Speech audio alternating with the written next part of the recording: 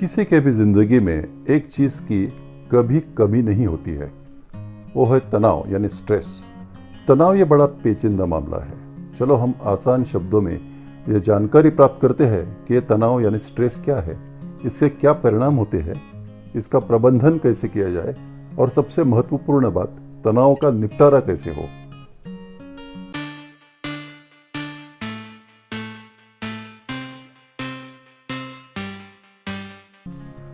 चलो समझ लेते हैं ये तनाव है क्या। इसे समझना बेहद जरूरी है कि उत्तेजित होना ये तनाव नहीं है। आमतौर पे किसी कारणवश उत्तेजित हो जाना, इसे ही स्ट्रेस यानी तनाव समझा जाता है। ये गलत है। उत्तेजित होना यह तनाव नहीं है। अलग अलग परिस्थितियों में उत्तेजित होने से इंसानों में, जानवरों में या पेड़ पौधों में जो स्वाभाविक प्रतिक्रिया हो जाती है वो ही तनाव है। इंसानों में यह क्षमता होती है कि अपनी प्रतिक्रियाओं पे नियंत्रण रखे और इस तरीके से तनाव पर काबू पाया जाए। प्रभावित होना या ना होना यह हम सुनिश्चित कर सकते हैं, इसलिए तनाव पे काबू पाना संभव है।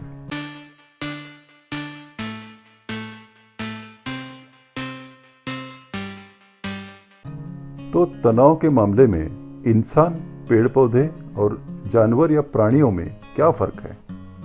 इन पेड़ पौधों को देख लीजिए। प्राणी इनके पत्ते चबाते हैं, खा जाते हैं। पेड़ों को नोचा जाता है, घाव किया जाता है, काट दिया जाता है। इनसे इनका काफी नुकसान होता है।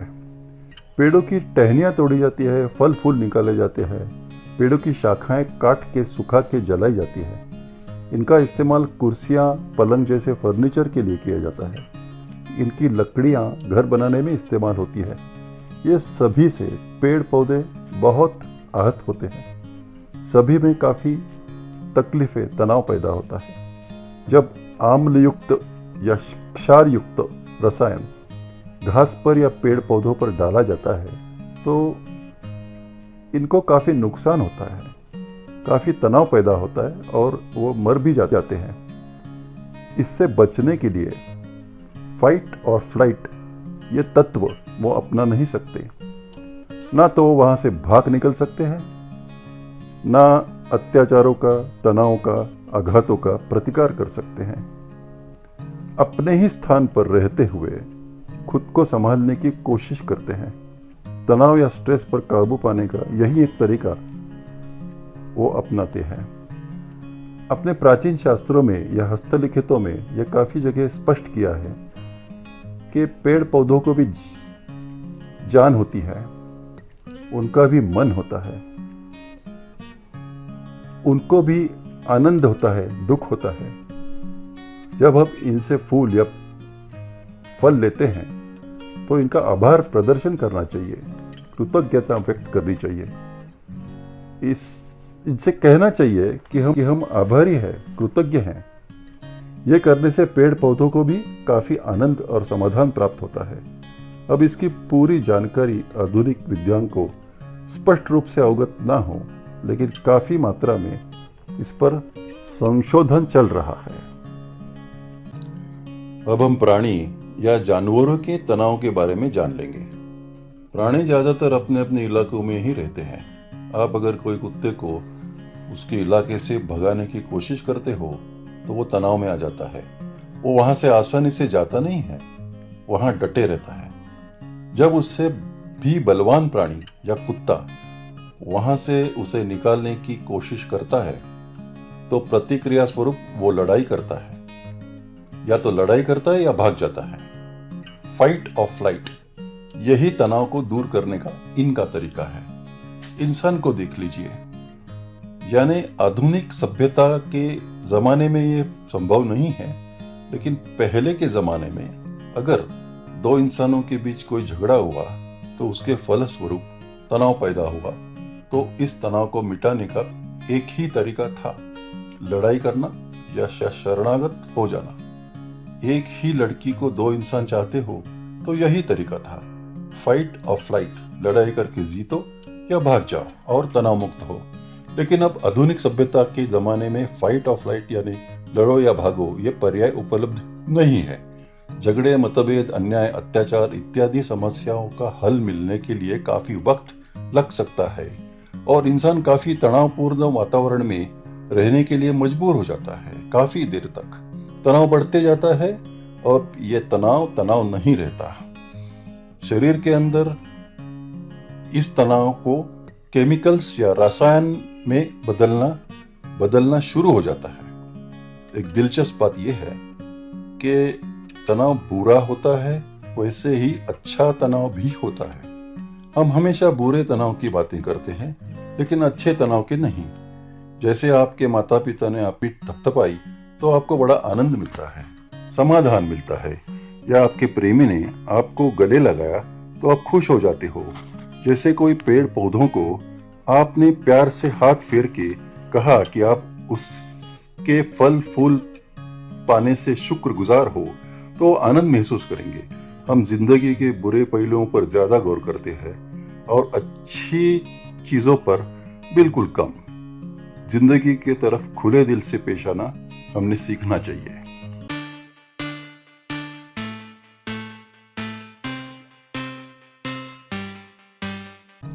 तनाव दो प्रकार के होते हैं, अच्छा तनाव और बुरा तनाव। लेकिन हम अच्छे तनाव की बातें नहीं करेंगे, क्योंकि ये कोई समस्या नहीं है, बल्कि इससे लोग खुश हैं। बुरा तनाव ये बड़ी समस्या है, इसका हम अभ्यास करेंगे।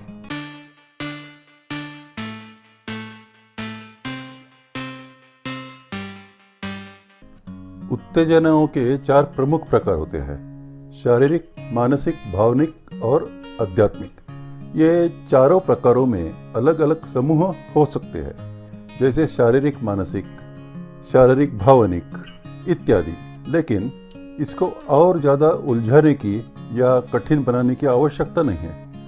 उत्तेजनाओं के 4 प्रमुख प्रकार है, इतना समझना ही काफ़ी है। जैसे किसी को कांटा चुभ गया तो शारीरिक पीड़ा हुई, या किसी ने कोई अपशब्द कहा तो मानसिक पीड़ा हुई। ऐसे ही भावनिक या आध्यात्मिक पीड़ा हो सकती है।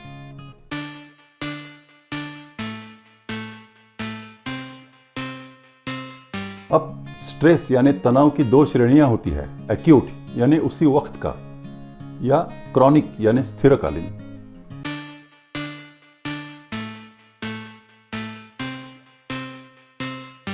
इस वीडियो सत्र में हम सिर्फ एक्यूट यानी उसी वक्त के तात्कालिक तनाव की बातें करेंगे। क्रॉनिक यानी स्थिरकालीन तनाव की बातें हम अगले वीडियो सत्र में करेंगे।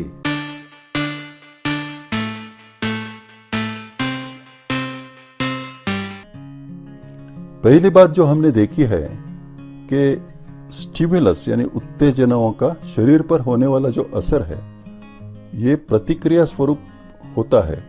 और शारीरिक लड़ाई या भाग जाना, जैसे हमने प्राणियों में देखा, कुत्ते का भाग जाना या वहीं डट के रहने की कोशिश करना, ये प्रतिक्रिया के तौर पे इंसान में भी होता है, लड़ाई करना या वहां से भाग जाना।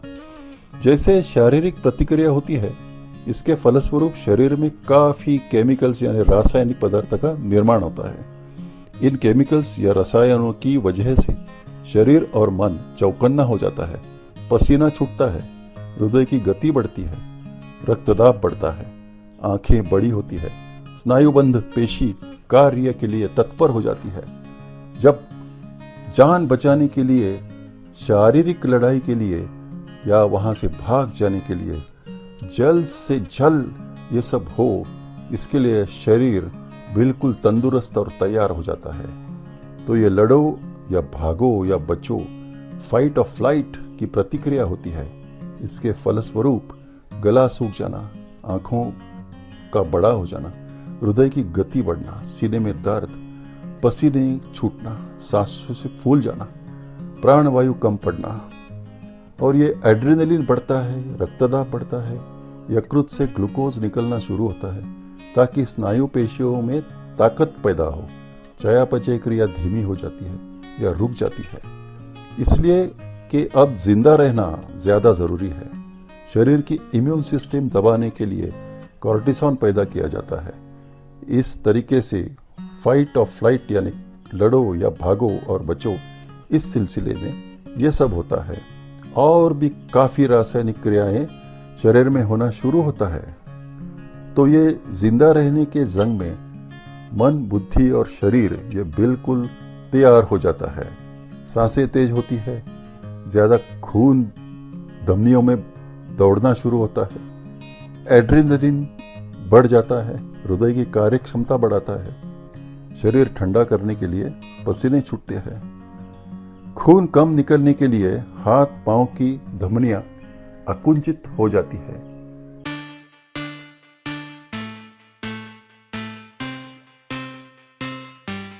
तनाव के बारे में हमने कुछ बातें की, कुछ बातें हमने लड़ो या भागो यानी फाइट और फ्लाइट इन प्रतिक्रियाओं के तौर पे भी की। इन सब का अपने शरीर पर क्या असर होता है यह बहुत महत्वपूर्ण है। पहले अपने शरीर का सामान्य कार्यभाग देखेंगे। ये एक्स वाई एक्सिस है। एक्स एक्सिस पे समय सूची है, वाई एक्सिस पे तनाव का स्तर दिखाया है। ये समझना जरूरी है कि हर इंसान को, वो कोई भी हो, उसके निजी जिंदगी में कोई ना कोई तनाव होता ही है। सभी इंसानों को कुछ तनाव का सामना जरूर करना पड़ता है। यह सामना करने की क्षमता हर इंसान में मूलतः होती ही है, अलग अलग होती है, लेकिन होती है। यह तनाव इस प्रकार है। आवश्यक तनाव दिन के सामान्य कार्यों के लिए जरूरी है। अनुकूलतम सर्वोत्तम तनाव आनंद और समाधान के लिए प्रेरित करने वाला यह तनाव है। और उच्चतम तनाव, इसकी वजह से हम टूट जाते हैं, बर्दाश्त के बाहर हो जाता है। ये तीनों तनाव पूर्व कल्पित और व्यक्ति सापेक्ष है। इसका हमें आगे उदाहरण देखेंगे। कमजोर आदमी, तंदुरुस्त आदमी और पहलवान आदमी।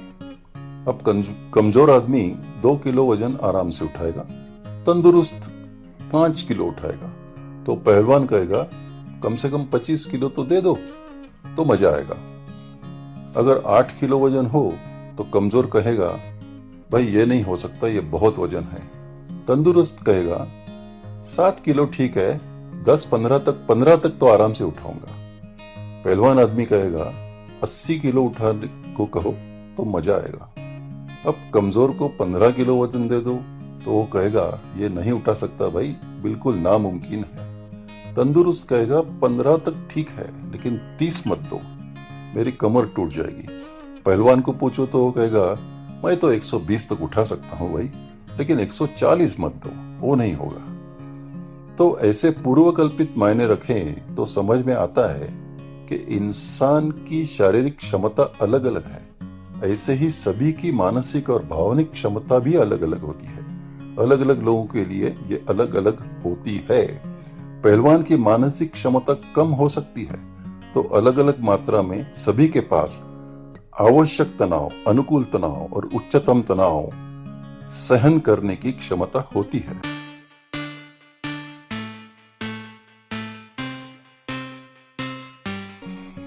जब हम रात को सो जाते हैं तो हम तनाव रहित होते हैं। जब हम नींद से उठते हैं तो सुबह का सामान्य दिनक्रम जैसे स्नान, ब्रेकफास्ट, कपड़े पहनना, तैयार होना, ऑफिस जाना, यह सब इसेंशियल यानी कि आवश्यक तनाव है। जिंदगी में यह जरूरी है। जब हम काम पे जाते हैं तो सामान्यतः अनुकूलतम तनाव रहता है। कुछ काम आसान होते हैं, कुछ कठिन भी होते हैं, लेकिन यह सब जब तक आपके नियंत्रण में हो तो तनाव की बात ही नहीं होती। फिर घर लौट के आप तनाव रहित सो जाते हो। लेकिन कभी कभी ऐसा भी होता है कि कुछ काम अनुकूलतम तनाव के दायरे के बाहर होता है, जिससे आपको काफी तकलीफ होती है, आप खुश नहीं होते। ऐसा भी कभी कभी हो सकता है।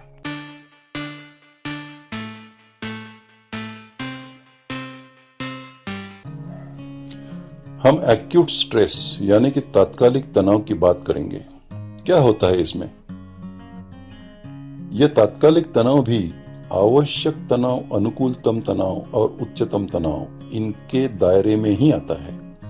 उदाहरण के तौर पे मैं सुबह उठता हूं, तैयार होके ऑफिस जाने के लिए अपनी कार में बैठता हूं। सिडनी के मेरे घर से ऑफिस तक 50 किलोमीटर का रास्ता है। 80 किलोमीटर के रफ्तार से हाईवे पे से मैं गाड़ी चला रहा हूं और अचानक क्या हो जाता है मुझे याद नहीं।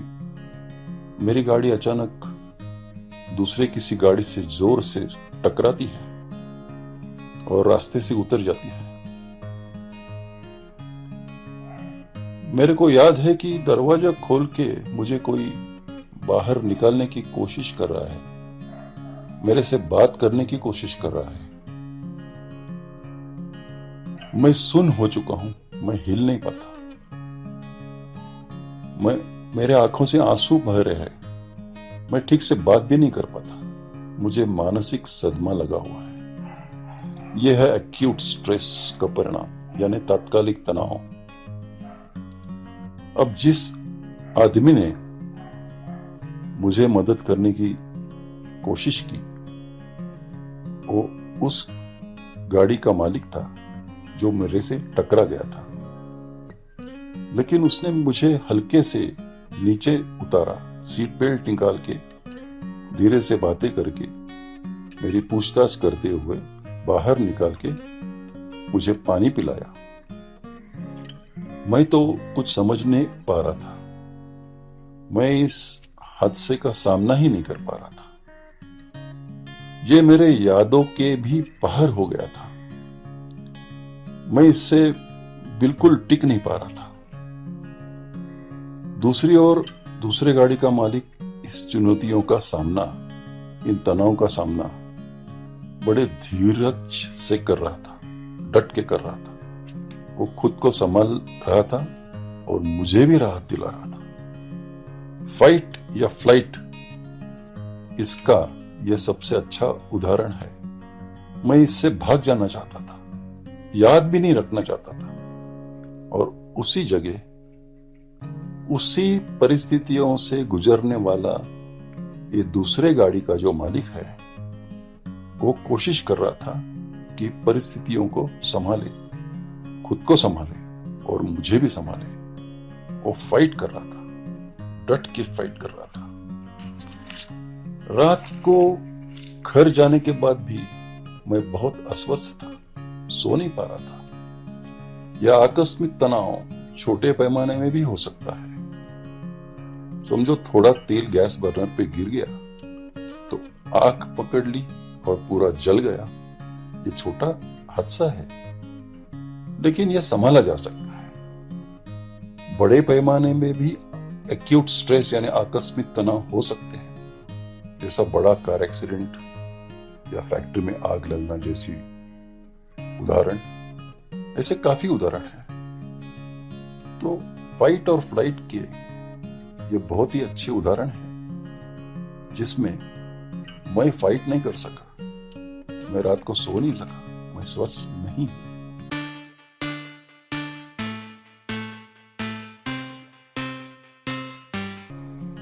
तनाव की शारीरिक प्रतिक्रिया क्या होती है? बीपी यानी रक्तदाब बढ़ जाता है, ब्रीदिंग रेट यानी सांसों का दर बढ़ जाता है, पसीना छूटता है। और कम क्या होता है? ब्रीदिंग डेप्थ यानी सांसों की गहराई कम होती है, स्किन रेजिस्टेंस यानी त्वचा का प्रतिरोध कम होता है।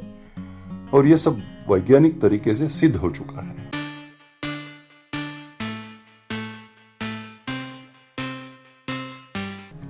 हमने स्ट्रेस सिम्टम्स यानी तनाव के लक्षण देखे। स्टिमुलाई यानी उत्तेजनाओं के 4 प्रकार जो है शारीरिक, मानसिक, भावनिक और आध्यात्मिक। इन उत्तेजनाओं के प्रतिक्रिया स्वरूप जो तनाव होते हैं वो भी इसी शारीरिक, मानसिक, भावनिक और आध्यात्मिक कॉम्बिनेशंस में नजर आते हैं।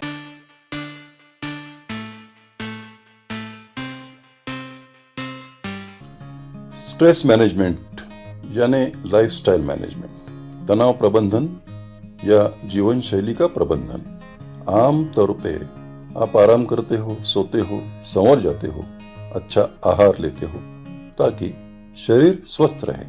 हर दिन सूरज की पहली किरण आती है तो दिन शुरू होता है। कल अगर एक्सीडेंट हुआ हो तो आज भी होगा ऐसा तो नहीं है। आज आप बिल्कुल सकारात्मक विचारों से चल सकते हो। एक्यूट स्ट्रेस यानी कि आकल्पित तनाव या संकट, इसको सभी लोग समझ पाते हैं। इसलिए आपके तकलीफों में सहयोग करते हैं, पूछताछ करते हैं। देरी से काम में जाना या छुट्टी ले लेना तो समझ सकते हैं। आमतौर पे लोग मदद करते हैं। इस तनाव से बाहर निकलने में आसानी होती है। लोग भी सहयोग करते हैं, लेकिन ये तनाव अगर बहुत बड़े पैमाने में होता है, जैसे कोई बड़ा एक्सीडेंट हो, कार एक्सीडेंट हो, घर के किसी का उसमें मृत्यु हो, तो इसका सदमा इतना जबरदस्त हो सकता है कि कोई वापस गाड़ी या कार चलाना नहीं चाहता, घबरा जाता है। कभी कभी इसमें से वो बाहर ही नहीं निकल पाता।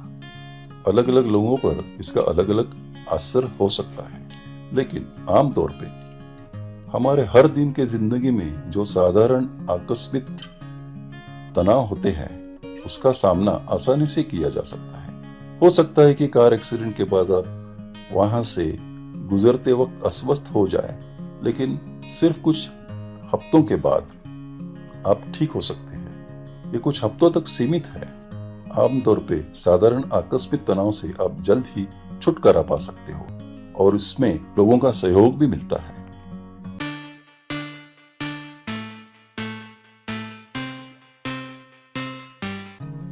सारांश में हमने तनाव की परिभाषा को समझ लिया है और आकस्मिक तनाव यानी एक्यूट स्ट्रेस इसको भी समझ लिया है। तनाव ये उत्तेजनाओं के फलस्वरूप निर्माण होने वाली अपनी प्रतिक्रियाएं हैं। शारीरिक, मानसिक, भावनिक और आध्यात्मिक ये उत्तेजनाएं हैं, ये तनाव नहीं है। पेड़ पौधे तनाव का सामना कैसे कर सकते हैं, कैसे करते हैं? वो तो फाइट या फ्लाइट ये तत्व अपना नहीं सकते, या अपने आप को खुद को बचा के संभल लेते हैं। पुराने जमाने में इंसान भी लड़ो या भागो, फाइट और फ्लाइट, इसको अपनाता था और तनाव मुक्ति पाता था। लेकिन आधुनिक परिस्थितियों में समस्या का हल कायदे कानून से होता है। इसको काफी समय लगता है, तनाव बढ़ जाता है और ये तनाव निपटाने का तरीका भी अब बदल चुका है। ये लड़ना या भागना ये पर्याप्त उपलब्ध नहीं है। हम क्रॉनिक स्ट्रेस यानी दीर्घकालीन तनाव, इसके बारे में हम बाद में देखेंगे, लेकिन तात्कालिक तनाव यानी एक्यूट स्ट्रेस के बारे में हमने काफी विस्तृत जानकारी प्राप्त की है। ये सब तनाव जो है, ये आवश्यक तनाव, अनुकूलतम तनाव और उच्चतम तनाव, ये तनाव के 3 स्तरों के दायरे में ये सब तनाव आते हैं। ये भी हमने देखा है। अब एक ही परिस्थिति में, जैसे एक्सीडेंट के काल में, 2 इंसानों ने अपना अपना बर्ताव कैसा रखा। एक ने डट के सामना किया और दूसरा बिल्कुल बौखला गया और वहां से निकलने की कोशिश उसने की। यह समझने की बात है। सबसे महत्वपूर्ण बात, स्टिमुलाई यानी उत्तेजना ये तनाव नहीं है। इनके प्रतिक्रिया स्वरूप तनाव निर्माण होते हैं। ये सब समझने के बाद तनाव को हम बहुत ही अच्छी तरीके से, ठीक तरीके से संभल लेंगे, इसका हमें विश्वास है।